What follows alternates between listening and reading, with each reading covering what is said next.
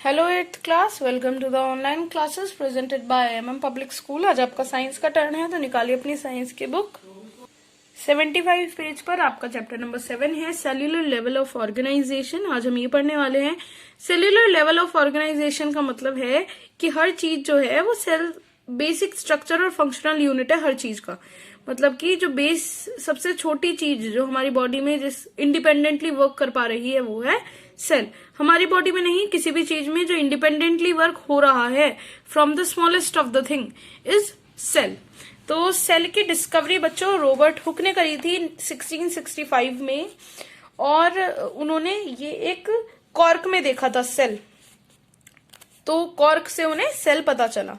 Cell बच्चों अपने आप को लाइव रखने के लिए, अपने आप को लिविंग रखने के लिए रिप्रोड्यूस भी करता है, और उसमें मतलब उसके डिवीजन भी होते रहते हैं, so that the cell can survive further, अपने आप को सर्वाइव करने के लिए। तो सेल स्ट्रक्चर है काफी चीजों से मिलकर बना है। सेल का सबसे आउटर स्ट्रक्चर होता है बच्चों सेल वॉल।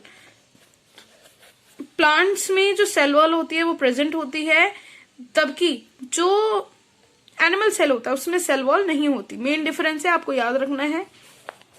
ये आपको एक प्लांट सेल दिया हुआ है, ये एक एनिमल सेल है। Cell membrane plant cell animal cell दोनों में होती है। सेल मेम्ब्रेन से ही अंदर और बाहर जाने का चीजों का प्रोसीजर चलता है। वो ही परमिट करता है कि कौन सी चीज अंदर जा सकती है सेल के, कौन सी चीज अंदर नहीं जा सकती है। न्यूक्लियस होता है, सेल का ब्रेन होता है, यही सारी एक्टिविटीज कंट्रोल करता है। न्यूक्लियर मेम्ब्रेन जो होती है वो न्यूक्लियस को बाइंड करे हुए रखती है। क्रोमोसोम्स होते हैं बच्चों, क्रोमोसोम थ्रेड लाइक फिलामेंट्स होते हैं जो न्यूक्लियस में फ्लोट करते हैं, जिन्हें हम क्रोमोसोम्स कहते हैं। ये भी सेल की एक्टिविटीज को डायरेक्ट करते हैं, और ये क्रोमोसोम्स में ही वो चीज होती है जो हमसे हमारे बच्चों में या हमारे पेरेंट्स से हम में आती है। तो जो हेरिडिटी ट्रांसफर होता है वो क्रोमोसोम्स की मदद से ही होता है। न्यूक्लियोलस न्यूक्लियस के अंदर होता है, छोटा सा होता है, डेंस होता है, बिल्कुल घना एकदम से ऑब्जेक्ट होता है जिसे हम न्यूक्लियोलस कहते हैं। और इसका कोई इतना मेन फंक्शन अभी डिफाइंड नहीं है। और ऑर्गेनल्स मतलब और सारी चीजें जो सेल के अंदर होती हैं वो उनमें है एंडोप्लाज्मिक रेटिकुलम।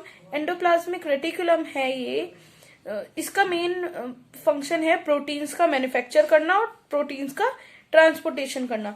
डबल इसमें मेम्ब्रेन मतलब मेम्ब्रेनस होता है ये देखिए एंडोप्लाज्मिक रेटिकुलम दिखाया हुआ है आपको। राइबोसोम्स होते हैं, राइबोसोम्स भी आरएनए होता है राइबोसोम्स में। माइटोकॉन्ड्रिया होती है, ये मेन एनर्जी सोर्स होता है सेल का। यहाँ पर ये एनर्जी प्रोडक्शन होता है एटीपी की फॉर्म में, एडिनोसिन ट्राइफॉस्फेट एटीपी की फॉर्म में ये एनर्जी स्टोर करता है। माइटोकॉन्ड्रिया एक डबल मेम्ब्रेन का स्ट्रक्चर होता है। वैक्यूल होते हैं, जो भी हमारे सेल का वेस्ट मटेरियल होता है, डाइजेस्टिव जूसेस वगैरह होते हैं, वो वैक्यूल में ही होते हैं प्रेजेंट। वैक्यूल काफी बड़ा होता है। प्लांट सेल में वैक्यूल काफी होता है, लेकिन एनिमल सेल में वैक्यूल्स बहुत कम और छोटे छोटे ही मिलते हैं। लाइजोसोम्स होते हैं, लाइजोसोम्स भी डाइजेस्टिव एक्टिविटीज में ही इन्वॉल्वमेंट होता है ये लाइजोसोम्स का। और नेक्स्ट है हमारे क्लोरोप्लास्ट। क्लोरोप्लास्ट जो है ग्रीन होते हैं, लार्ज होते हैं, इरेगुलरली शेप्ड स्ट्रक्चर होते हैं जो कि साइटोप्लाज्म में प्रेजेंट होते हैं। इनमें क्लोरोफिल प्रेजेंट होता है जो सनलाइट को कैप्चर करके फूड बनाने में मदद करता है प्लांट सेल के, इसीलिए केवल प्लांट सेल में ही पाए जाते हैं। सेंट्रियोल होते हैं, ये एनिमल सेल में ही पाए जाते हैं साइटोप्लाज्म में, और सेल डिवीजन के दौरान इनका यूज होता है। ये डिफरेंस है प्लांट सेल और एनिमल सेल के बीच में, आपको पता होना चाहिए, इंपॉर्टेंट है। सेल मल्टीप्लीकेशन, जो सेल होता है अपने आप को जीवित रखने के लिए, लाइव रखने के लिए मल्टीप्लाई करता है, और उसका जो मल्टीप्लिकेशन होता है वो एक्सपोनेंशियली होता है। तो ये आपको कुछ सेल डिवीजन के इमेजेस दिखाई हुई हैं कि किस तरीके से सेल अपने आप को डिवाइड करता है। उस सेल के डिवीजन के साथ उसका न्यूक्लियस भी डिवाइड कर जाता है। यहाँ चैप्टर बच्चों आपका फिनिश होता है।